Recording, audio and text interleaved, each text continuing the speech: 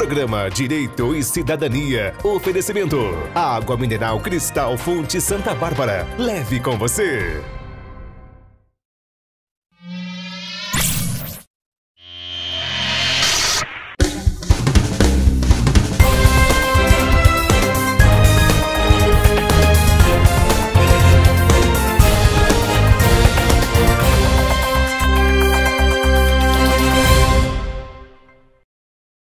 Olá pessoal, como eu havia dito, nós estamos com Marcelo Zanlucchi e aqui todo mundo está muito animado para escutar as histórias que ele tem para nos contar. O Boninho, que é o nosso diretor, quer saber como ele trabalha, tem trabalhado junto ao Papa, mas além do mais, ele é tenor e professor da Faculdade do Vale. Marcelo, primeiro, muito obrigado por ter aceito o convite aí para o nosso bate-papo.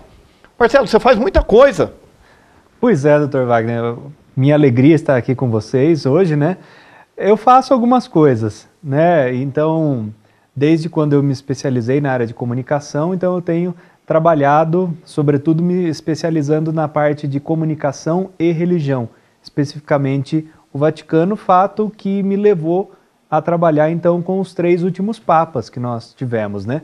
Especificamente com o Papa Francisco, que foi a pessoa com quem eu mais trabalhei nesses últimos anos, né? Tanto é que o meu objeto, a tese do meu doutorado, faz parte da comunicação do Papa Francisco nesse tempo de globalização. Esse trabalho que você tem com o Vaticano, você só desenvolve no Brasil ou você vai até lá? Como que funciona? Funciona das duas formas. Depende do momento, eu preciso ir para lá, como vai acontecer agora no mês de dezembro, e depende do momento, as coisas acontecem aqui. Um exemplo foi a Jornada Mundial da Juventude, um evento para quase 4 milhões de pessoas, em que eu fiquei encarregado da parte logística, da parte de comunicação, assessorando a parte de comunicação e cuidando de todos os jornalistas que viajam com o Papa no avião. Então todo esse trabalho foi feito por mim, eu precisei morar um tempo no Rio de Janeiro, me adaptar a essa realidade, e quando ele pousa, aí começa o meu trabalho efetivo no evento. Mas meu trabalho envolveram 8 meses, em que a cada semana eu tinha que cumprir 25 páginas de apostila que o Vaticano me mandava de afazeres, né? Para seguir o ritual, tudo que ia acontecer? Tudo o que ia acontecer, os passos que o Papa ia dar, os passos que esses jornalistas iam dar. E uma curiosidade é que os jornalistas que eu trabalhei são muito mais alvo de atentado do que o Papa em si. Então o cuidado tinha que ser muito mais redobrado. Então eu andava no Rio de Janeiro com segurança, a Polícia Rodoviária Federal fazia minha escolta na cidade do Rio, principalmente nas visitas técnicas que a gente fazia. E por que disso? Porque o Vaticano olha com com um olhar diferenciado para esses jornalistas. Porque um atentado a esses jornalistas representaria muitas nações afetadas. Ah, entendi. Mais que o Papa em si. Lógico que tem toda uma estrutura, né? Mas a quantidade de países afetados por conta dessa representatividade seria muito maior. Então nossos carros, os ônibus que faziam esse serviço, dormiam no batalhão da polícia, todo dia era passada uma revista nesses carros, esquadrão antibomba, tudo. Então isso foi uma escola para mim, na verdade, né? Bom. Então isso foi a parte Brasil. E a parte Vaticano em si, por exemplo, no ano seguinte à Jornada Mundial da Juventude, eu fui convidado para ser o gestor em língua portuguesa do Media Center, que foi montado para a canonização de João Paulo II, que foi um grande evento, movimentou muito Roma, né? Então, é lá e cá. E agora, no mês de dezembro, eu vou para auxiliar na Secretaria para a Comunicação, que é um dos organismos mais novos criados pelo Papa Francisco, numa perspectiva de analisar a comunicação nesse contexto de globalização e nesse contexto de rede. E esse é um evento que você vai participar? Não é um evento, eu vou atuar dentro da Secretaria de Comunicação. É como eles chamam de dicastério, ou seja, é como se fosse um ministério, né, para a gente entender aqui no Brasil, que seria o Ministério das Comunicações do Vaticano. Foi instituído pelo Papa, até então o Jornal do Vaticano funcionava de um lado, a internet de outro, a rádio de outro, onde eu trabalhei também estagiando, e agora o Papa Francisco reuniu todos no mesmo ministério.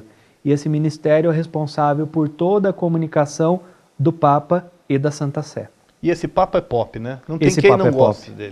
Não tem. Ele é um Papa agregador.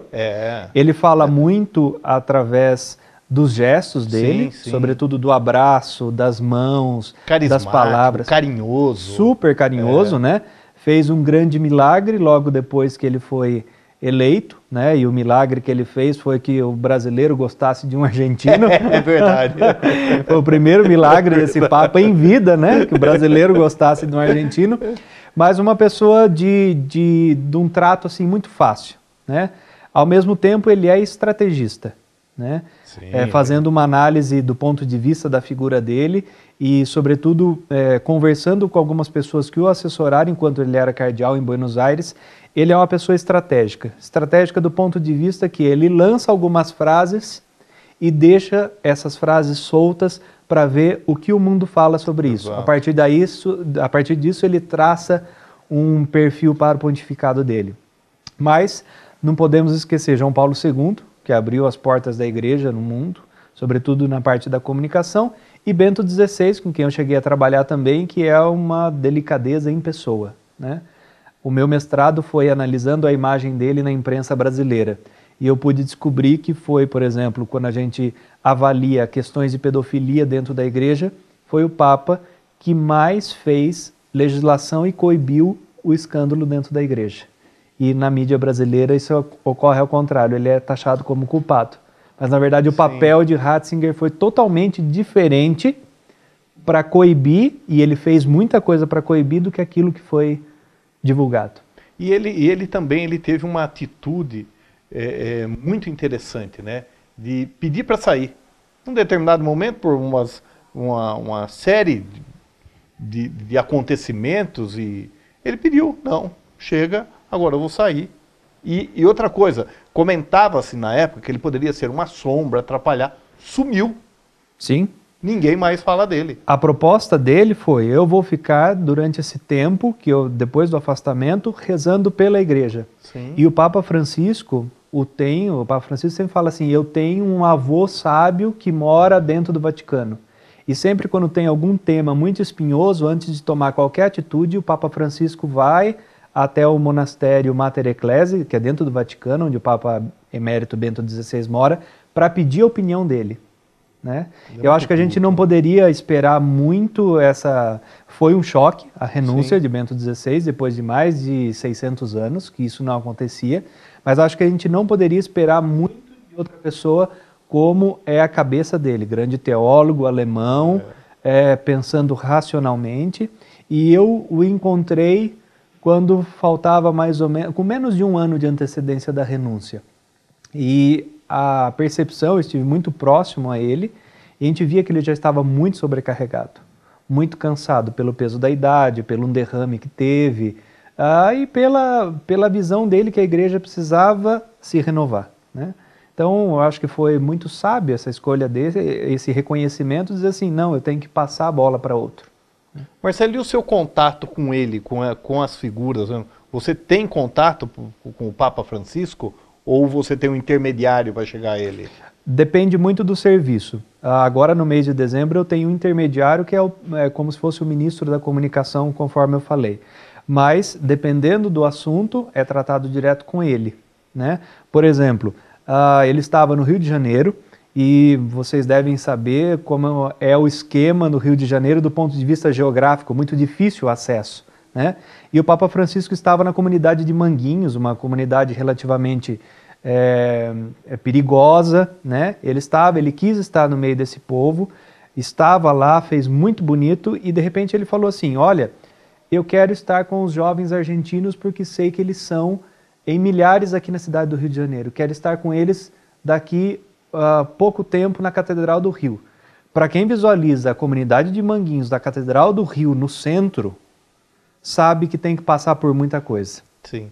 E para a gente que já tinha feito toda a parte da logística, da chegada dele, pelos locais onde o espaço aéreo ia ter que estar fechado, então era muito dificultoso para a gente. Mas ele falou assim, eu quero.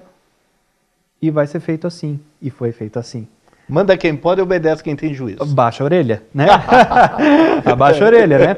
Mas ele é muito determinado, mas a gente tem um contato com ele, assim, ele é muito aberto. na questão de saber a opinião daquilo que as pessoas... Então, o contato, tanto com o João Paulo II, eu já peguei os últimos meses de vida de João Paulo II, mas não me esqueço da vivacidade no olhar de João Paulo II. Os 3 papas foram muito abertos às sugestões que foram dadas pela equipe que estava junto e por nós técnicos, né? Então, eles foram muito abertos sabendo dessa realidade que tinha de alcance do povo. O povo quer estar junto do seu pastor, sim, o povo quer estar junto do seu líder, né? Eu acho que coibir isso, tirar isso do povo, prejudica muito essa visão e esse contato pastor supremo do catolicismo e fiel, né? Então a gente fazia de tudo para que isso se estreitasse, essa realidade. Eu li algumas biografias do Papa Francisco, por isso que eu falo, ele é apaixonante, a história que contam dele, de como ele trabalhava até chegar onde ele chegou, não é? Não tem uma mudança muito do ponto de vista significativo. Exato. Ele morava num pequeno apartamento, o local em que ele mesmo fazia sua comida, em que ele tinha o relacionamento com a pessoa que vendia jornal para ele, que tinha com as pessoas que estavam ao seu redor, mesmo nas periferias de Buenos Aires.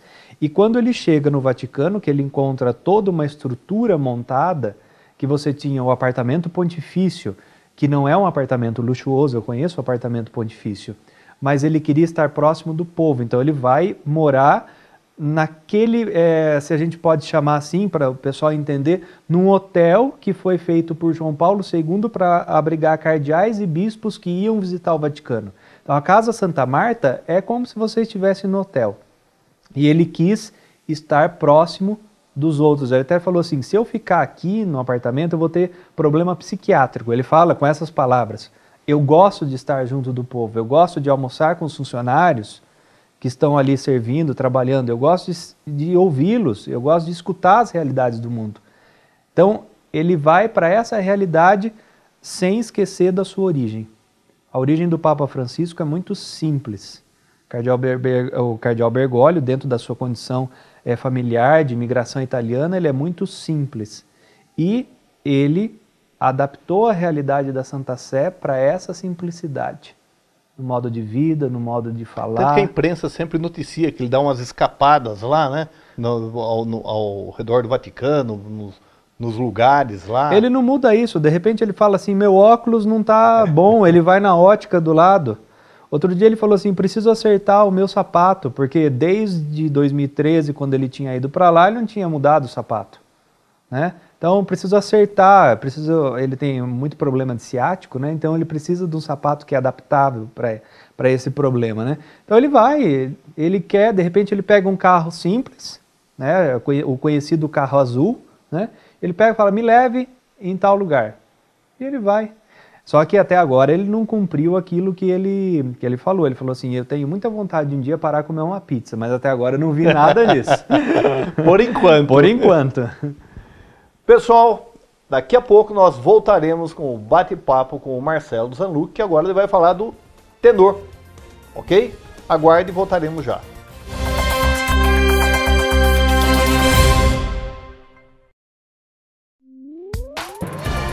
Programa Direito e Cidadania. Oferecimento. Água mineral Cristal Fonte Santa Bárbara. Leve com você.